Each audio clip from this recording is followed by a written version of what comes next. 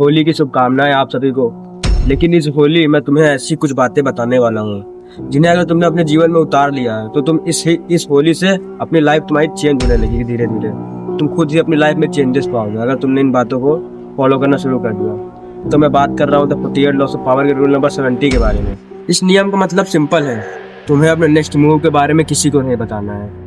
तुम्हारा next move क्या होगा ये तुम्हें किसी को नहीं बताना है, ये बस सिर्फ तुमको पता होना चाहिए बस, और किसी को नहीं पता होना चाहिए।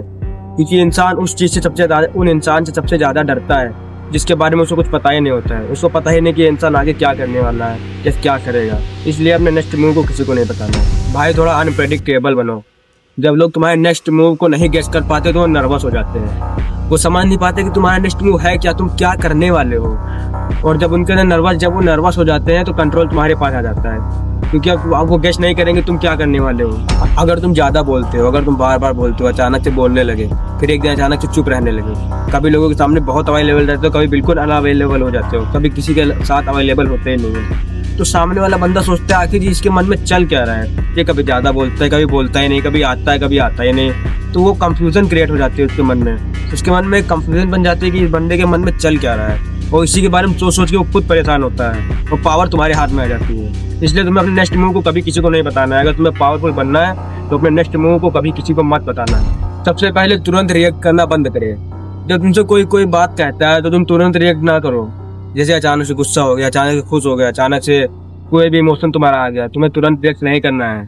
तुम्हें कभी कभी इग्नोर भी करना होगा लोगों को। अपने प्लान्स सबको मत बताओ। जो तुम्हारे एकदम नियर बाय हो, जो तुम्हारा एकदम क्लोज फ्रेंड हो, जो तुम्हारा उस चीज में साथ दे, तुम उसको मत बता सकते हो। बाकी तुम्हें अपने गोल्स, अपने प्लान किसी को नहीं बताना है, क्योंकि लोग तुम्हारी उसमें मदद नहीं करेंगे, तुम्हें हमेशा गिराने की कोशिश करेंगे।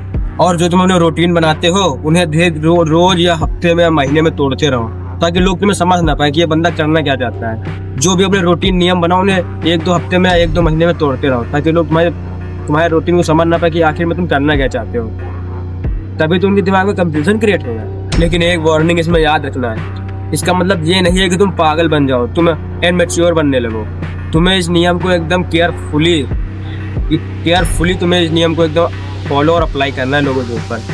अगर किसी को भनक लगे कि तुम ये सब कर रहे हो तो तुम्हारी पावर समझ जाएगा, वो तुम्हारी हर बात पे फिर वो समझने लगेगा। इसलिए इसे केयरफुली तुम्हें फॉलो करना है। इस बात का याद रखना, जब तक तुम अपने नेक्स्ट मूव को लोगों को बताते रहोगे तब तक तुम कभी आगे बढ़ ही नहीं पाओगे। अगर तुम अपने हर नेक्स्ट मूव को सबको बताते हो तो तुम अपनी लाइफ में आगे बढ़ ही नहीं सकते। ये बात तुम उसे लिख कर ले लो, चाहे वीडियो को सेव कर लो और बाद में सुनते रहना।